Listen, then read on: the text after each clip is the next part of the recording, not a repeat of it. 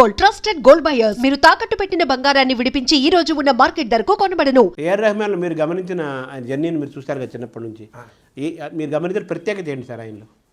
అది ఒక ఇప్పుడు చందమామ రాజకుమారుడి స్టోరీలో ఉంటుంది సార్. దాన్ని వినడానికి బాగుంటుంది, దాన్ని అవలంబించలేము ఎవరో. అది ఎవరో ఒకళ్ళకే అబ్బుతుంది, అది అతనికి అబ్బింది. సపరేట్ భగవత్ కృప, అంతే అంతే అంతే అంతే అంతే. దాంట్లో గొప్పతనం తన గొప్పతనం అని నేనేమో అన్నాను. అది భగవంతుడి కృప, అది అలా జరిగిపోయింది. అంతే అంతే. He was chosen for something and he is living his destiny. Is a very good musician. దాంట్లో నేను దాని గురించి చెప్పడం లేదు.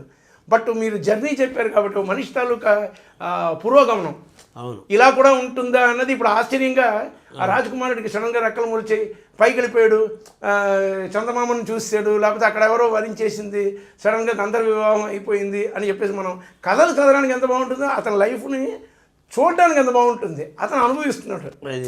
అంతవరకే తప్పించి మీరు దాన్ని ఫాలో అయిపోయి నేను అలాగే అయిపోతాను అన్నది అది ఎవరి సినిమా వాళ్ళదే. కాబట్టి అంటే మీరు మూలాలు అమలాపురమా? నేను బాగున్నా అమలాపురం సార్. తర్వాత మీరు ఇంకా కంప్యూటర్ సంగీతమే మీకు చదువు? అవునండి. అలాగే చెప్పాలి కదా. తర్వాత మేము ఫస్ట్ మీకు తమిళంలో ఎలా అవకాశం వచ్చింది సార్? ఫస్ట్ మీరు తమిళ మ్యూజిక్ డైరెక్ట్ చేసింది? నేను ఫస్ట్ చేసింది తమిళంలోనే చేశాను. అది ఎలా వచ్చింది సార్? అది నేను అప్పుడు చాలామంది దగ్గర అసిస్టెంట్ మ్యూజిక్ డైరెక్టర్గా ఉండేవాడిని. దాని తర్వాత అసోసియేట్ మ్యూజిక్ డైరెక్టర్గా, అసిస్టెంట్ అని కాదు, ఎందుకంటే చేసేదంతా నేనే. అసిస్టెంట్ మ్యూజిక్ డైరెక్టర్ పేరు నాకు నచ్చలేదు. సో నేను ఇప్పుడు అసోసియేట్ డైరెక్టర్ అంటే సగం పని ఆయన చేస్తాడు కదా, నాకు పెట్టండి అని చెప్పేసి ఈ టైప్లో చేస్తున్నప్పుడు రాబర్ట్ రాజశేఖరన్ అని ఇద్దరు డైరెక్టర్స్, ద్వయం అనమాట, ఇద్దరు కలిపి చేసేవాళ్ళు. అదే మన విశ్వనాథన్ రామ్మూర్తి లాగా, రాజా నాగేంద్ర లాగా వాళ్ళిద్దరు చేసేవారు.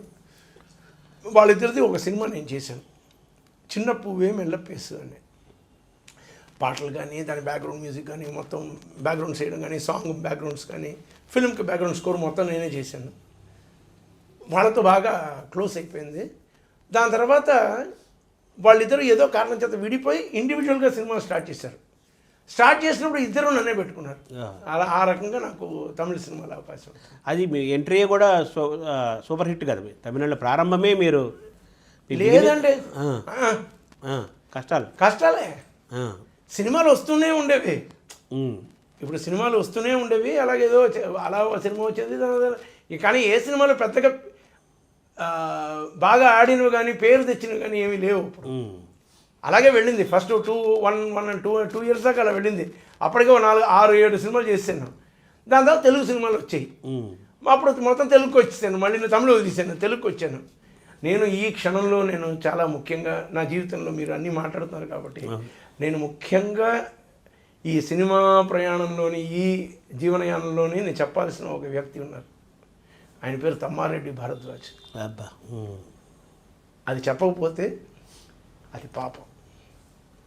ఆయన అంటే సొంత కొడుకుని కానీ, ఇప్పుడు నేను తమ్ముడు అనుకోండి, పోనీ అలాగనుకోండి, అంత వయసే అనుకోండి, అలాగే ప్రోత్సహించారండి ఆయన. ఆయనతో ఫస్ట్ పిక్చర్ చేసింది అలజడి ఒకందుకు మంచి బాగా ఆడింది. దాని తర్వాత ఎన్ని సినిమాలు మేము చేసినా సరే ఆ సినిమా ఆడినా ఆడకపోయినా నేనే మ్యూజిక్ డైరెక్టర్ ఆయనకి. ఆయన అలా ఎంకరేజ్ చేశారు. అది ఒక పెద్ద ట్రైనింగ్ పీరియడ్. అండ్ మనకి సినిమా లేదని కాదు, మనం వర్క్ చేస్తూనే ఉన్నాం అన్న ఒక దీన్ని ఆయన క్రియేట్ చేశారు. ఆయన పట్ల ఎప్పటికీ నేను భరద్వాజ్ గారు మీరు చూస్తుంటే, అన్న నమస్తే, థ్యాంక్ యూ వెరీ మచ్, ఇది ఆయన చూడాలి. ఆయనకి ప్రత్యేకంగా నేను కాదు, ఈ రకంగా చెప్పడంలోనే ఆయనకి I feel this is right way to పబ్లిక్గా నేను ఆయనకి చెప్పాలి. I'm so indebted to that great person. నాకు సంబంధించినంత వరకు నా యొక్క జీవితంలోనే చాలా ముఖ్యమైన one of the important people is Tammareddy Bharat. సరే, మీకు ఎక్కువ అర్జున్తో ఎక్కువ సినిమాలు చేశారు కదా మీరు, అది ఎలా జరిగింది సార్? అది నేను అప్పుడు ముగ్గురు మనగాళ్ళు చేశాను సార్. చిరంజీవి ఆయన పిక్చర్ చేసినప్పుడు ఆ పిక్చర్ ఆ టైంలో బాగా ఆడలేదు, సుమారుగానే ఆడింది. ఆ పాటలని ఇవాళకి హిట్ అవుతుంది, అది వేరే విషయం. బట్ ఆ టైంలోనేమో అనుకున్నంత హిట్ అవ్వలేదు ఆ సినిమా. అప్పుడు నాకు వచ్చిన అవకాశం జై హింద్ అని ఒక తమిళ సినిమా, అది అర్జున్ది. దానికి మ్యూజిక్ చేసాక ఆ పిక్చర్ బాగా ఆడింది. దాని తర్వాత సినిమా చేసింది కర్ణ, దాంట్లోనే మేము మలరే మౌనమో పాడే. ఇంకా దాని తర్వాత మొత్తం కంటిన్యూస్గా మేమిద్దరం కలిపి 4-5 సినిమాలు చేసాం. ఎక్కువ సినిమాలు ఏం కాదు 4 సినిమాలు చేస్తుంటాం, 5 సినిమాలు జనరల్గా అర్జున్ ఆయన కూడా ఇప్పుడు అర్జున్ అనగానే మళ్ళీ మీరు గుర్తొస్తుంటారు తమిళియన్స్కి. అంతే. అంటే మా కాంబినేషన్లో ఎక్కువ హిట్స్ వచ్చాయి ఆ టైంలోనే.